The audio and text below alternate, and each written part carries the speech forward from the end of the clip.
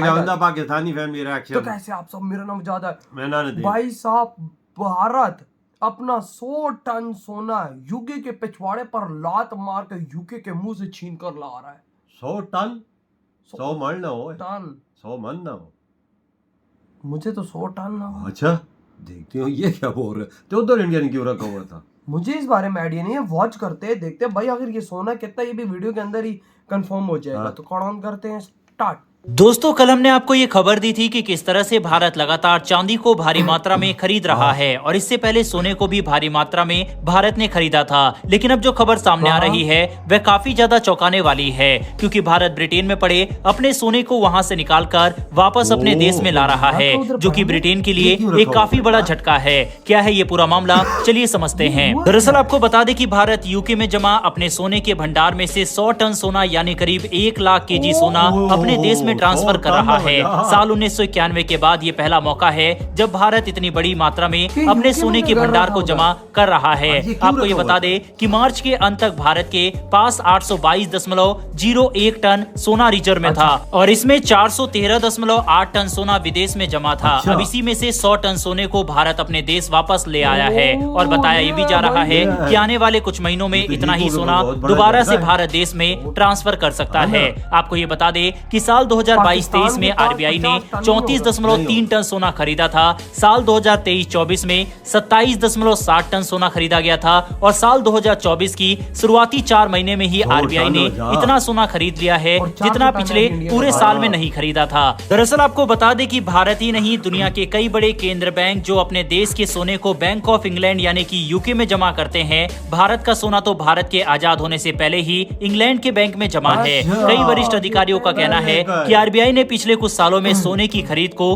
काफी ज्यादा बढ़ाया है और ऐसे में इसकी समय समय पर समीक्षा होती रहती है कि इस खरीदे हुए सोने को कहां पर स्टोर करना है और इसी के चलते विदेश में इसे स्टोर किया जा रहा था। लेकिन अब भारत सरकार और आरबीआई ने मिलकर ये फैसला किया है कि भारत के स्टॉक को वापस देश में ट्रांसफर किया जाएगा। आपको ये बता दें कि साल 1991 में भारत में चंद्रशेखर की सरकार थी। इस दौरान सरकार को अपनी फाइनेंशियल स्थिति को बैलेंस करने के लिए और संकट से निपटने के लिए सोने को विदेश में जमा करवाना पड़ा था। इसके बाद नरसिम्हा राव सरकार ने भी 46.91 टन सोना गिरवी रखा था ताकि भारत सरकार को उस वक्त $400 मिलियन मिल पाए। ऐसे में इसके बाद लगातार विदेश में भारत का सोना जमा होता चला गया। आपको बता दें कि भारत में तो सोने को वैसे भी भावनात्मक तरीके से देखा जाता है। भारत में त्योहारों पर, शादियों में सोने को खरीदा जाता है। इसके बाद कहा जाता है कि साल 2009 में भारत सरकार ने करीब 200 टन सोना IMF के प्रेशर के बाद खरीदा था। लेकिन दोस्तों, अब देश में स्थिति बदल गई है और देश में बदलाव का कारण अब आरबीआई ने अपने सोने को वापस देश में ट्रांसफर कर लिया है। एक सूत्र ने कहा है कि अर्थव्यवस्था की मजबूती और आत्मविश्वास को दर्शाता है, जो 1991 की स्थिति से बिल्कुल विपरीत है। लेकिन विदेश से 100 टन सोना लाना एक बहुत बड़ी लॉजिस्टिकल कवायद थी। ये मार्च के अंत में देश में मौजूद गोल्ड स्टॉक का लगभग 1/4 है। इसमें वित्त मंत्रालय, आरबीआई और सरकार की कई संस्थाओं और स्थानीय अधिकारियों के बीच कोऑर्डिनेशन की जरूरत थी। एक्सपर्ट का मानना है कि इससे अर्थव्यवस्था में बढ़ोतरी देखने को मिलेगी और इस कदम से सीधा प्रभाव होगा। भारत के लिए सिचुएशन बदल गई है। पहले भारत विदेशों में जमा करता था, अब भारत में ही इसका स्टॉक लाया जा रहा है। भविष्य की फाइनेंशियल स्थिरता को देखते हुए आरबीआई देश की तिजोरी में सोना जमा कर रहा है। भारत में सोना ट्रांसफर करने के लिए आरबीआई को विशेष इंतजाम करने पड़ेंगे। एक स्पेशल विमान की व्यवस्था करनी पड़ेगी। केंद्र सरकार ने आरबीआई के लिए इस पर से कस्टम ड्यूटी को हटा लिया है, लेकिन आरबीआई को इस पर जीएसटी देनी पड़ेगी क्योंकि इसका हिस्सा राज्य सरकार भी लेती है। वहीं आरबीआई के सोना वापस लेने का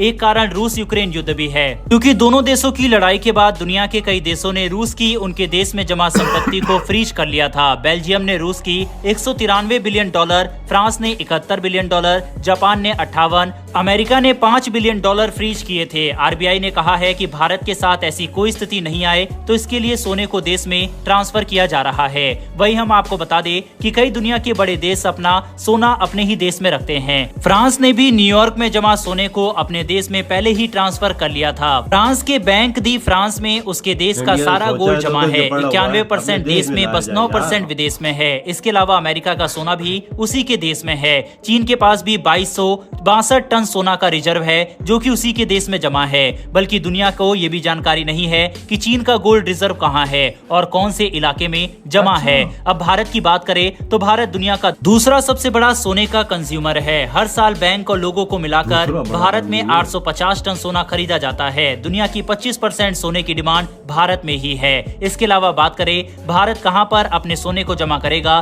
तो बता दें मुंबई के मिंट रोड पर आरबीआई की पुरानी बिल्डिंग में सोना जमा है। इसके अलावा नागपुर में IMF की रिपोजिटरी है जिसमें सोना जमा किया जाता है। नागपुर में स्थित रिपोजिटरी तो IMF की दुनिया में शामिल रिपोजिटरी में से एक है। हालांकि ये दोनों जगह पब्लिक डोमेन में है, इसीलिए हमने कोई ऐसी जानकारी नहीं दी है जो पब्लिक डोमेन में ना हो। इसीलिए इसकी जानकारी को सार्वजनिक करने से कोई भी फर्क भारत पर नहीं पड़ने वाला। बहरहाल दोस्तों, इधर ये वीडियो खत्म। भाई आज यूके को बहुत बड़ा झटका लगा यार। भाई 100 टन उनके बैंकों से अगर एक टाइम पे इतना चीज निकल तो बहुत बड़ी खराब आज सिचुएशन पैदा हो उनकी जाएगी। इकोनॉमी को बहुत गंदा फटका भारत ने मारा। भारत कहता है जो हमारे बाहर चीजें पड़ी हुई हैं, अभी तो 800 टन इनका पास है और रिजर्व में अभी तो भाई 400 टन बाहर पड़ा हुआ है, जिसमें से अब 100 टन ये मंगवा लिया है 300 टन और जो मंगवा लिया फिर देखो। अब भाई साहब ये इंडिया की इकोनॉमी को और मजबूत चीज करने वाली है। भारतीय रुपया और स्ट्रांग होने वाला। हमें तो ये पता ही नहीं था कि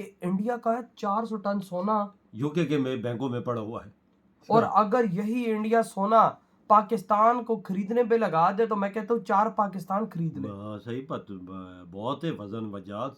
कितने केजी बनता है? 1 लाख केजी, 1 लाख किलो। आप अंदाजा लगा ले। मतलब कि भाई भारत के यानी इतना सोना इस टाइम लेके घूम रहा है सिर्फ बाहर के बैंकों में कि इंडिया पाकिस्तान को मिनटों में खरीद सकता है, इतना पैसा। दूसरा और हम 25 करोड़ लोगों को अपना गुलाम बना सकता है। बिल्कुल सही बात है। और आप देखो वो वाली बात कि आप दूसरा देश कंज्यूम कर रहे हैं, मतलब कि वहाँ पे लोग इतना इस्तेमाल कर रहे हैं। बिल्कुल दुनिया का दूसरा सबसे बड़ा देश इंडिया के पास इतना लोगों के पास सोना है कि हमारी सोच से भी ज्यादा। यार आप लोग बताइएगा बिल्कुल आपके पास इस टाइम कितना तोला कितना किलो सोना इस टाइम पड़ा? इतना सोना लोगों के पास कि लोग मैं उनके क्या बोलूं कि पाकिस्तान उसके बराबर नहीं है। सही कहा भाई। हमारे देखो इंडिया का 400 टन अभी बाहर के देशों में, हमारे इस देश में 50 टन सोना नहीं होगा। मैं इधर बेट लगा के कहता हूँ 50 टन सोना नहीं होगा। अगर 50 टन सोना ही होता हमारे पास तो स्विट्जरलैंड के बैंकों में ले लेके जाना होते हैं लोग। यार वजह सोना हमारे बैंकों में होता तो हमारे पास रिजर्व भी होते हैं ना।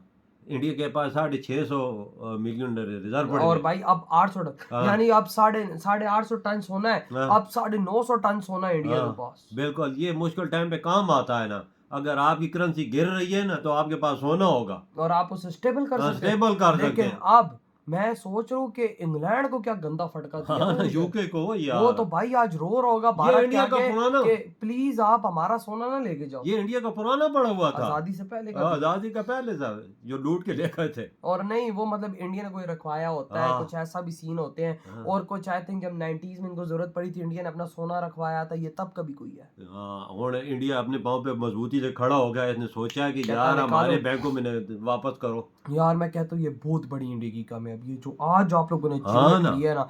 100 टन एक देश के अंदर सोना एकदम आए उस देश के तो वारे न्यारे हो जाते। उसके तो हो जाते जिसके बैंक से निकला है वो तो मर गया होगा। वो भाई आज यूके मर गया होगा।